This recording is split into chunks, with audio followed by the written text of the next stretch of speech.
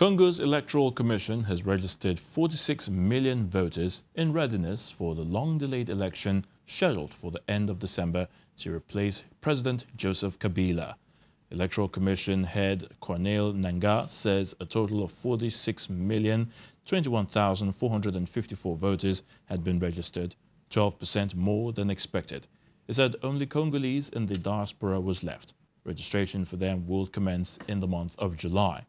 Repeated stalling of the election has raised concerns across the Democratic Republic of Congo, triggering street protests and encouraging armed rebellions, especially since Kabila refused to step down when his mandate expired at the end of 2016. Scores have been killed by security forces at protests in Kinshasa, including several demonstrations organized by the Roman Catholic Church. The UN Children's Agency, UNICEF, is appealing for $3.6 billion to provide humanitarian assistance to 48 million children already affected by violence and conflict.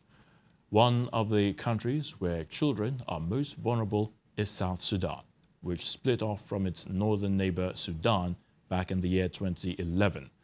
UNICEF also warns of a worrying trend of attacks on children's facilities, showing that children are less preserved and protected. The United Nations Children's Agency, UNICEF, is appealing for $3.6 billion to provide humanitarian assistance to 48 million children affected by violence and conflict. All right, so UNICEF is launching its appeal.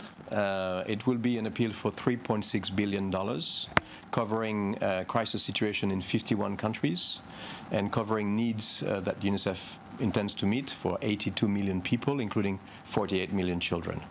And this goes around the whole world. Crisis, the crisis that has the highest number is around the Syrian refugees in neighboring countries, and then Syria, Yemen, and many other crises. UNICEF's Director of Emergency Programs, Emmanuel Fontaine, warned of a worrying trend of attacks on children's facilities, showing that children are less preserved and protected. He said an estimated 25 million children caught in conflict are out of school, and that will have a long-term impact. I think one of the things we're saying is beyond the numbers of children affected, we're saying that a lot of the crises get protracted and last longer, and therefore jeopardizing the future of those children even more.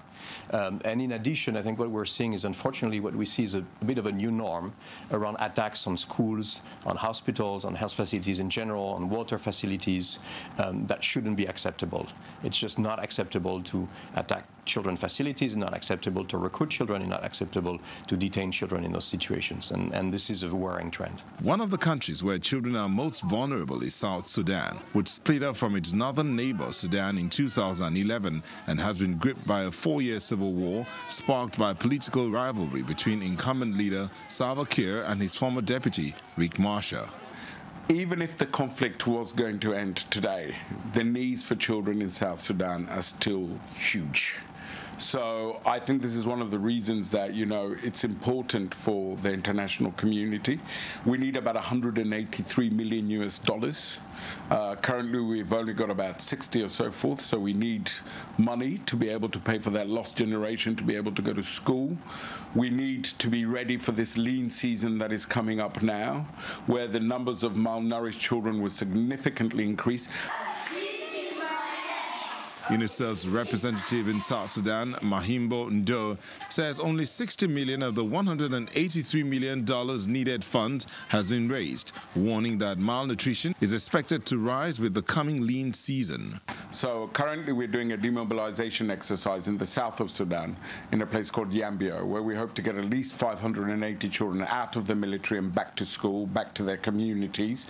Then we'll go to the north of Sudan, and hopefully between 2 sites in the north of Sudan, get another 400 out of the military. We're able to reintegrate these children back, put them back into school, and make them productive members of the society.